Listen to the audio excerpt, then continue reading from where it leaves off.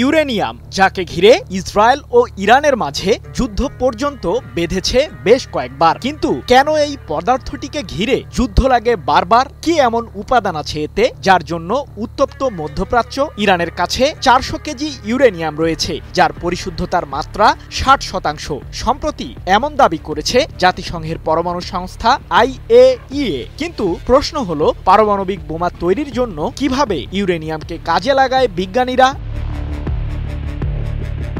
প্রাকৃতিকভাবে উৎপন্ন সকল মৌলের মধ্যে ইউরেনিয়াম সবচেয়ে ভারী ধাতু, যা পানির চেয়ে প্রায় 18 গুণ বেশি ঘন। ইউরেনিয়ামের গলনাঙ্ক 1132 ডিগ্রি সেলসিয়াস, অর্থাৎ 1132 ডিগ্রি তাপমাত্রা ছাড়া এই ধাতুকে তরলে রূপান্তরিত করা সম্ভব নয়, এমন তথ্য জানিয়েছে যুক্তরাজ্য ভিত্তিক গবেষণা প্রতিষ্ঠান ওয়ার্ল্ড নিউক্লিয়ার অ্যাসোসিয়েশন। বিশ্বের মধ্যে সবচেয়ে বেশি ইউরেনিয়াম পাওয়া যায় অস্ট্রেলিয়াতে। এটি মূলত খনি ও সমুদ্রের পানি থেকেও উত্তোলন করা হয়। আর পারস্য উপসাগরে অবস্থিত ইরানের বন্দর আব্বাসে দেশটির এমনই একটি খনি রয়েছে, যেখান থেকে ইরান ইউরেনিয়াম উত্তোলনের কাজ চালিয়ে যাচ্ছিল। কিন্তু আন্তর্জাতিক চাপের মুখে 2016 সালে এই খনিটি থেকে ইউরেনিয়াম উত্তোলন বন্ধ করে তেহরান, এমন তথ্য জানিয়েছে জাতিসংঘের পরমাণু সংস্থা IAEA।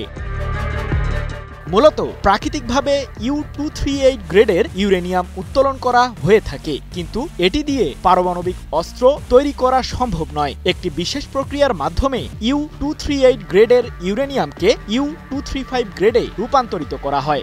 আর U-238 গ্রেডের মাত্র 0.7% ইউরেনিয়াম U-235 গ্রেডের হয়ে থাকে, যা অত্যন্ত মূল্যবান। প্রশ্ন হলো, পারমাণবিক বোমা তৈরির জন্য কিভাবে ইউরেনিয়ামকে সমৃদ্ধ করেন বিজ্ঞানীরা?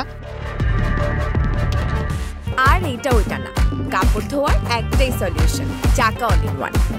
পারমাণবিক বোমা তৈরির জন্য প্রয়োজন 90% পরিশুদ্ধ ইউরেনিয়াম, যেটির গ্রেড U-235। প্রাকৃতিকভাবে উৎপন্ন U-238 গ্রেডের ইউরেনিয়ামকে প্রথমে হেক্সাফ্লোরাইড গ্যাসে পরিণত করা হয়, যা পরবর্তীতে সেন্ট্রিফিউজের মাধ্যমে খুব উচ্চ গতিতে ঘুরিয়ে U-235 গ্রেডে রূপান্তরিত করা হয়, যা এক পর্যায়ে 90% পরিশুদ্ধতা লাভ করে।